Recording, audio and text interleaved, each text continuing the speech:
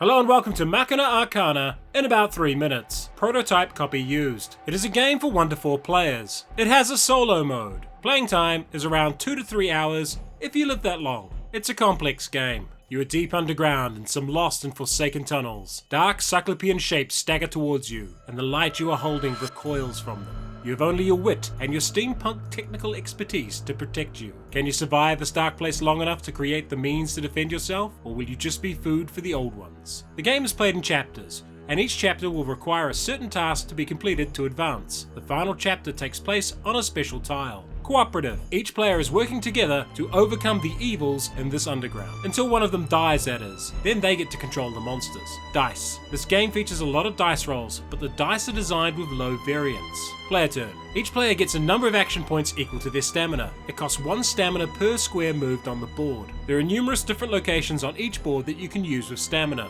They include the chest, where you can draw 2 items and keep 1. The recharge station, where you can roll this dice to get back stamina or health. The event space, which allows you to draw a blessing. The workshop, which allows you to draw 3 cards and keep 1. You can also discard items to keep additional cards drawn. The trap space, which does damage to all units on the great tiles. The exploding barrel, which explodes when you shoot it, and you can also seal doors to slow the monsters down. Killing monsters and using locations gets you essence. Essence can be used in the place of health, or it can be used to activate chapter spaces like this. Chapter spaces are frequently used to advance to the next part of the story. Once all players have acted, you roll to spawn monsters for each player. This is the result of a D10 roll based on the current monster spawn number here. As the game progresses, the monster level will increase and the monsters will get tougher. You then roll for curses, but only once for the whole group. Monsters will act and try to attack you if possible. All units have armor and will scores. In combat, you'll roll dice shown on your attack and try to beat your opponent's defense score, whether it's will or armor. A successful hit does 1 damage. When a monster loses its last health, it is defeated and the attacker gains 1 essence. There can only ever be a 2x2 grid of tiles in play, so if you move in a way that would break that rule, the other tiles and all monsters on them are removed. Continue playing until you're all defeated or you finish the scenario. Why would you like this game? First of all, the game is hard, and I mean really hard. If you like games that are utterly remorseless and punish mistakes brutally, you might enjoy this. This is a prototype version, so the production game will look a lot more polished. There's an awful lot of blessings and curses in the game, which should help with making it replayable. There's also a lot of equipment as well, which is introduced in tiers as the chapters advance, and this is just the weapon cards. There are weapons, apparel, artifact, and consumable cards. The single best thing about this game is the crafting system, as you can cobble together different components and build yourself unique custom kit, and that's really satisfying when you get a good piece of gear together. However, this might be the least casual friendly board game I have ever played. The rules are not incredibly complex, but the gameplay is so unforgiving that it's hard to teach without telling other people exactly what to do. Also, if you pick this game up and expect it to be another Descent style dungeon crawler where you fight the baddies and win, you'll find the gameplay very difficult, as standing and fighting normally means standing and dying.